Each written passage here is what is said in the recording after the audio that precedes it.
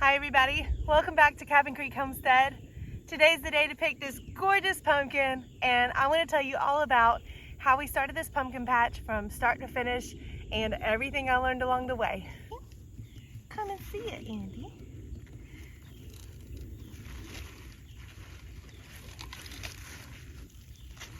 Whew! Hot dog! You know, if this is the only good pumpkin I get out of this patch, I can be happy. I think she's a little early to be picked, but there is a lot of bug activity going on, and I can't bear the idea that bugs would get in here and get to her before I had a chance. She may continue to color for the next couple of days, but she is scratched, so she will not cure well. She will not keep well. So yeah, I wanted to pick her before she turned into a big squashy mess. Andy, look at this giant pumpkin I got. Is it impressive to you? No, just me? Come on, let's go find some more. Here's the pumpkin patch over across my left shoulder. And we've already been gathering, I want to say about a dozen little orange pumpkins, and then our fancy pumpkins like the fairy tale and the spooky, the Cinderella and the Muskegee. I'm gonna butcher it if I try it. So this one, they're still growing. So some of them were early, some of them are a little bit late, but it was quite the process. A couple videos back, I kind of sent out a call for help, like something's happening to our pumpkins, I don't know what, and I think I settled on it was a fertilizer that was causing blossom end rot. It was a liquid fertilizer that I may have overwatered. So blossom end rot really has to do with calcium intake, and I think our soil and the fertilizer that we have is giving plenty of calcium, but when the watering is inconsistent, or if you've had a lot of rain and then a big dry spell, you can cause blossom end rot in any of your squash plants. So anyway, let me talk to you about the journey of starting a pumpkin patch from scratch. This was a big grassy field, and so our sweet neighbor Keith came down with his tractor and he disked it and he tilled it up for us, and then we waited for everything to die down, and then we turned it back into the soil. And you know, I've really explored the idea of permaculture and what it would be like to not have to till, to go the no-till method. And I have done some research, because here in the Carolinas, our red clay is just bonkers.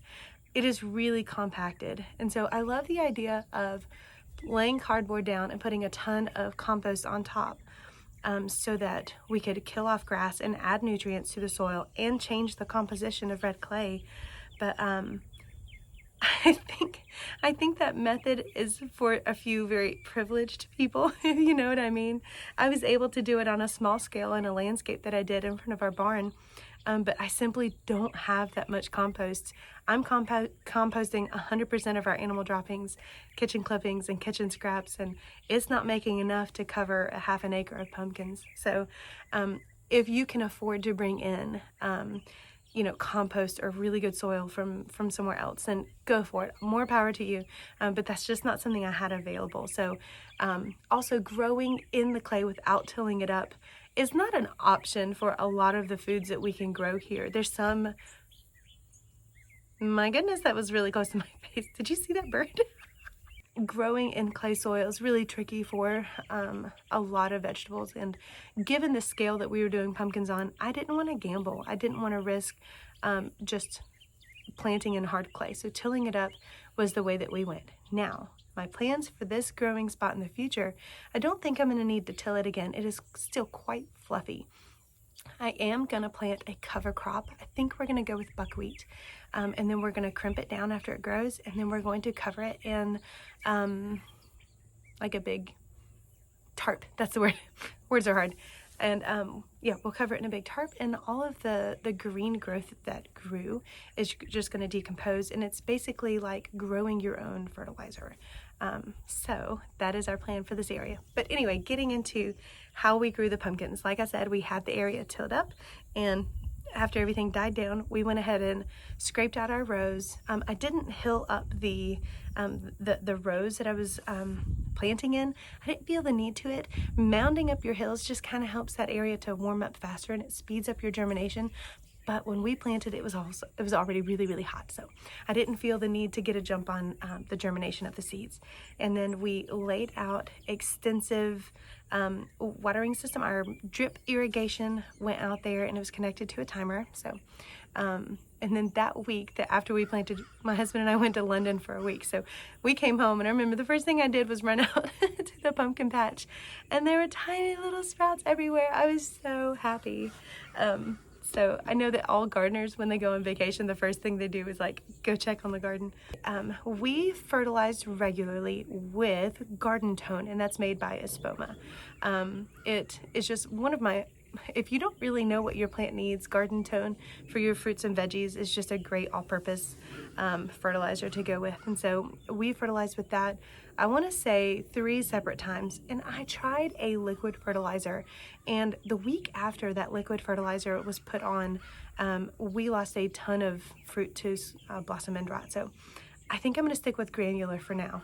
Yeah, so after we figured out a few problems, we started to treat regularly for a couple of things. One was squash bugs and vine borers. We used Captain Jack's Dead Bug Brew for that. We spray it directly on. You can also use an insecticidal soap. Be careful using that in the heat of the day. It will cause something called phytotoxicity. We also used a copper sulfate as a fungicide because we were getting a lot of downy mildew.